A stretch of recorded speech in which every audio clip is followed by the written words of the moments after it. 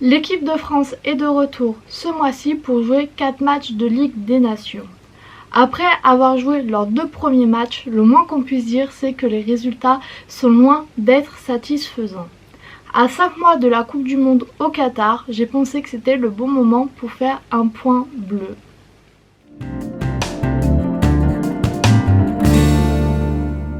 Pour commencer avec le débat le plus courant en équipe de France ces dernières années, le débat du gardien de but.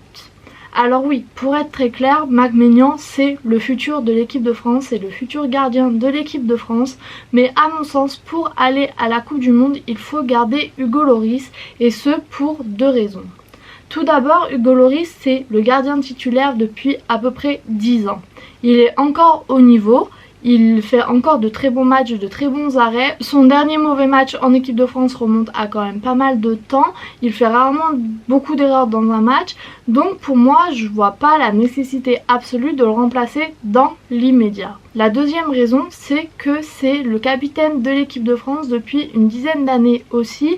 Et donc changer non seulement de gardien, mais aussi de capitaine à 5 mois d'un mondial, je vois pas comment ça pourrait ressortir positivement. Pour moi, ça va juste créer de l'instabilité dans l'équipe, ça va juste causer des problèmes dans les vestiaires.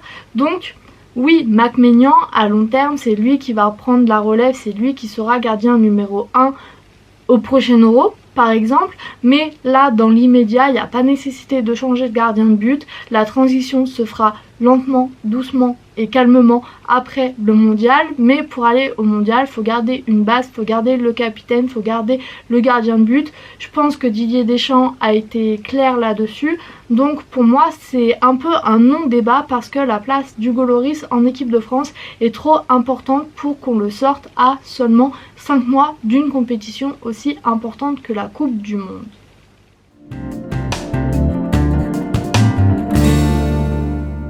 Quand on en vient à la défense, c'est peut-être le plus gros chantier de l'équipe de France actuelle parce qu'on a vu pour les matchs face au Danemark et face à la Croatie que la défense avait tendance à être un peu plus fragile que ce qu'on avait pu connaître lors de la Coupe du Monde 2018. Alors entre-temps, depuis 2018, on a changé de système, on a plus tendance maintenant à jouer avec 3 défenseurs et 2 pistons sur le côté et moi j'ai toujours préféré le 4-4-2, mais ce que je remarque quand on joue à 3 derrière, c'est que les joueurs ont aussi peut-être perdu un peu de vitesse. Je pense à Varane notamment qui cette saison enchaîne les blessures et même sans ça je trouve qu'il est moins bon et moins solide qu'en 2018. Alors c'est vrai qu'il a beaucoup changé de partenaire. À un moment on avait Kimpembe avec lui, on avait Koundé face au Danemark et Lucas Hernandez qui est à peu près le joueur qui reste tout le temps. Et je pense que si on fait un vrai travail, si on fait une vraie préparation, ça peut marcher, mais comme la Coupe du Monde, le temps de préparation sera réduit. Je sais pas trop ce que ça peut donner. Après, Varane, c'est un peu comme Lloris, c'est le vice-capitaine, c'est un joueur qui est là depuis longtemps, donc j'ai du mal à le voir sortir de cette composition. Pour son duo à côté, Lucas Hernandez, certes face au Danemark, a eu un match un peu moins bien, mais c'est qu'un match. Lucas Hernandez généralement est plutôt fort, donc je le laisserai à ce poste-là. Et pour finir le trio, je mettrais bien peut-être Kimpembe s'il arrive à maintenir la forme qu'il a eue face à la Croatie, parce que face à la Croatie, en tant que capitaine d'un jour et en tant que défenseur, je l'ai trouvé plutôt très bon. Alors qu'il n'avait pas forcément une top équipe avec lui, mais je l'ai trouvé plutôt très bon.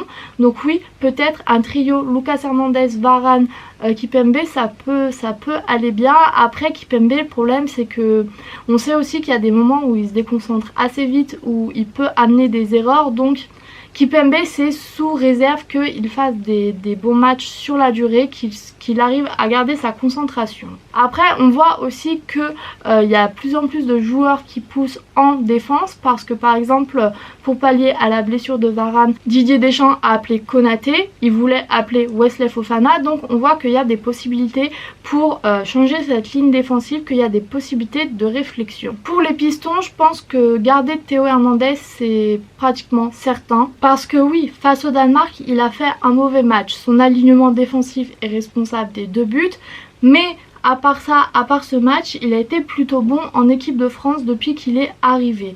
Il a été assez bon défensivement et apporte quelque chose offensivement.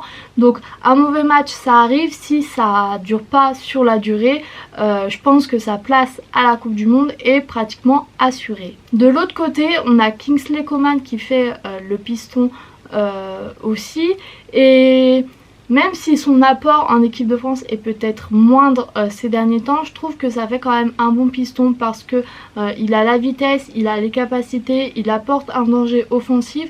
Donc je trouve que même si défensivement des fois c'est moins solide, je trouve que les pistons offensivement font un bon boulot. Et donc pour moi je pense qu'on a notre paire de pistons pour la Coupe du Monde.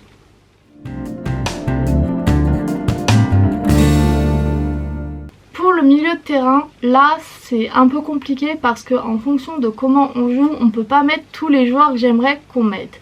Idéalement, j'aimerais un milieu à 3 avec Paul Pogba, N'Golo Kanté et Tchouaméni.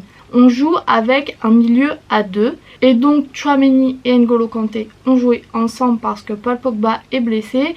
Et à mon sens, oui, si j'aimerais que Paul Pogba, N'Golo Kanté et Tchouaméni soient alignés, il va falloir sûrement faire un choix et j'aimerais bien qu'on donne une chance à Tchouaméni parce qu'on voit que N'Golo Kanté fait une saison un peu compliquée, Paul Pogba est beaucoup blessé et Tchouaméni, je trouve qu'il apporte vraiment quelque chose à cette équipe, qu'il apporte quelque chose offensivement, qu'il apporte des occasions.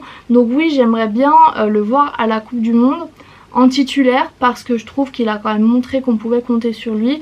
Après, à voir comment joue Paul Pogba, sa forme au moment du mondial, mais j'aimerais vraiment voir Tchouaméni jouer avec N'Golo Kanté ou Paul Pogba pour la Coupe du Monde. Au niveau des joueurs qui ont été appelés pour ce rassemblement, c'est vrai qu'au milieu de terrain, j'aurais pas forcément choisi Matteo Guendouzi.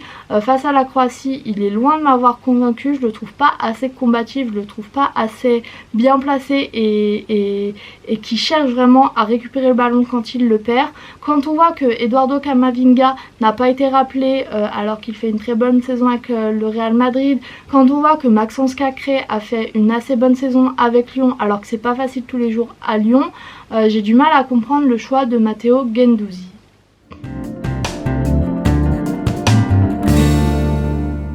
Pour la ligne offensive, je pense que c'est l'endroit où il y a le moins de débats en équipe de France parce que on a les deux meilleurs buteurs du monde.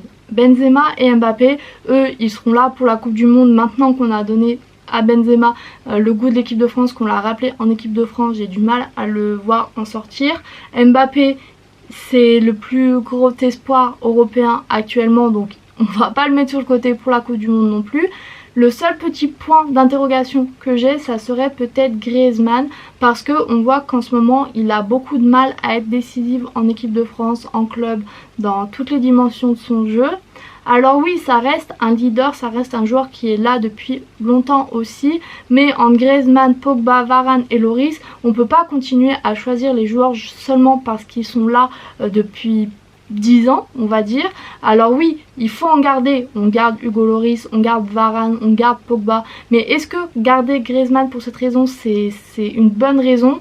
J'en suis pas certaine. Après, on sait que Didier Deschamps favorise beaucoup le groupe aussi, donc je pense qu'il le mettra pas de côté pour la Coupe du Monde, qu'il le sortira pas du 11 titulaire. Mais quand je vois le match face à la Croatie d'Nkunku par exemple, il y a du monde qui pousse à son poste, il y a du monde qui pousse au poste d'Antoine Griezmann. Donc ça peut être un point d'interrogation et pour moi c'est un des débats les plus légitimes de l'équipe de France parce que il va falloir choisir entre le collectif, entre est-ce qu'on favorise un leader qui est là depuis longtemps ou est-ce qu'on favorise un jeune qui est plus décisif. Et j'ai peur qu'en favorisant seulement le groupe, on oublie les qualités techniques dont on va avoir besoin pour la Coupe du Monde. On va avoir besoin de joueurs qui savent marquer des buts, on va avoir besoin de joueurs qui savent être décisifs. Alors oui, Antoine Griezmann réussit à attirer des défenseurs et laisse la place à Benzema et Mbappé de marquer. Mais est-ce qu'on pourra tenir toute une Coupe du Monde comme ça ? J'ai des doutes. Il reste 5 mois à Didier Deschamps pour faire ses choix, pour travailler ses systèmes de jeu. On voit qu'il teste des choses, il teste des nouveaux joueurs. J'ai pas parlé par exemple dans ma vidéo de Ben Yedder et Saliba. À mon sens, c'est pas les joueurs qui ont été le plus convaincants pendant le match face à la Croatie.